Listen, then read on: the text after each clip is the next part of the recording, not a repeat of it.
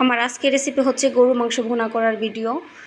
তো এই তো গরুর মাংস রান্না করব আমি। বাইরে থেকে 2 কেজি গরুর মাংস নিয়ে আনা হয়েছে, মেহমান আসবে বাসায়। তো মেহমানের জন্য আর কি রান্নাবান্না করব। এখানে হচ্ছে আদা রসুন বেটে নিয়েছি আমি, আর হচ্ছে 2 কেজি গরুর মাংস এখানে সুন্দর করে বেছে নিব আমি। এখন পেঁয়াজ ছেলে নিয়েছি, টমেটো ধনিয়া পাতা এগুলো নিয়ে নিলাম। এখন আমি পেঁয়াজগুলো কুচি করে কেটে নিব।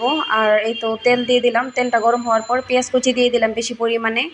যেহেতু 2 কেজি গরু মাংস রান্না করব, এখানে একটু গ্রেভিটা বেশি লাগবে। আর মাংসগুলো সুন্দর করে ধুয়ে পরিষ্কার করে নিয়েছি, পরিষ্কার করে সুন্দর করে ধুয়ে নিয়েছি। মাশাআল্লাহ মাংসটা দেখেন একদম ফ্রেশ লাগতেছে। আর এদিক দিয়ে তেজপাতা এলাচ সাথে দিয়েছিলাম, পেঁয়াজের ভেজে নিলাম। এখন দিয়ে দিলাম দুইটা টমেটো কুচি, আর দিয়ে দিলাম মশলাটা দিয়ে ভালো করে কষিয়ে নিচ্ছি।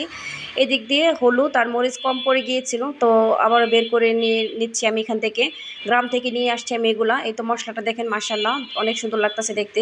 দিয়ে দিলাম মাংসটা, এখন দিয়ে ভালো করে মিশিয়ে নিব। ভালো করে মাংসটা দিয়ে কষিয়ে নিব আমি পানি ছাড়া। আর অন্য চুলায় গরম পানি দিয়েছি। মাংসটা কষাতে কষাতে এখান থেকে পানি ছাড়বে। তো এই পর্যায়ে আমি শুধু পানি ছাড়া মাংসটা কষিয়ে নেব ভালো করে। কষানোর পর অ্যাড করব আমি গরম পানি।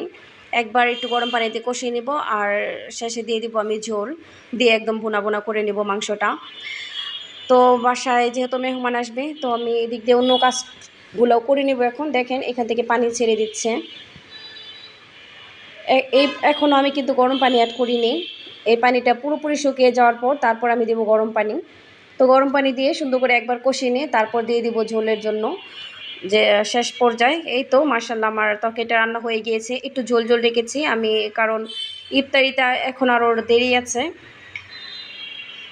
মেহমান যখন আসবে তখন ওদেরকে দেখে আবার গরম করে তারপরে দিব আমি তরকারিটা, তার জন্য এরকম একটু ঝোল ঝোল রেখেছি আমি। তো রান্নাটা হয়ে গিয়েছে আমার, এখন অন্য কিছু করে নেব। ফল ফ্রুট এগুলো ধুয়ে নিব, আর টেবিলগুলো মুছিয়ে গুছিয়ে নিব এখন, যেহেতু ইফতারির আরও কিছুক্ষণ বাকি আছে। মেহমান চলে আসলে তো তাদের সামনে কাজ টাজ করতে পারবো না, তার জন্য এক এক করে সব কাজগুলো করে নিয়েছি। যেহেতু আমি একাই ভিডিও করতেছি, একাই কাজ করতে হচ্ছে আমার। যেহেতু আমার ক্যামেরাম্যান নাই, তো আমি একাই ভিডিও করতেছি, কেউ কিছু মনে করবেন না। তো এই তো এক এক করে ফল ধুয়ে নিলাম। আর একটা পিৎজা ছিল, সেটা বানিয়ে নিলাম। আর সালাদ নিয়েছি এখানে, টমেটো কুচু, শসা, ধনিয়া পাতা এইগুলো নিয়েছি, কাঁচামরিচ ক্যাপসিকাম দিয়েছি সালাতে। তো সালাদ নিলাম, আর লেবু কেটে নিলাম, কাঁচামরিচ। আর জুসের জন্য এখানে হচ্ছে গ্লাস, সরি জুস না, কোক খাওয়া হবে যেহেতু ভাত খাবে গরু মাংস দিয়ে। এর আগে একবার বিরিয়ানি রান্না করে খাইয়েছিলাম, খুবই খুশি হয়েছে তারা, অনেক প্রশংসা করেছে আমার।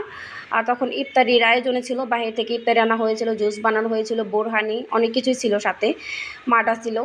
তো আজকে হচ্ছে গরু মাংস আর ভাত এগুলো দিয়ে ইফতার করবে।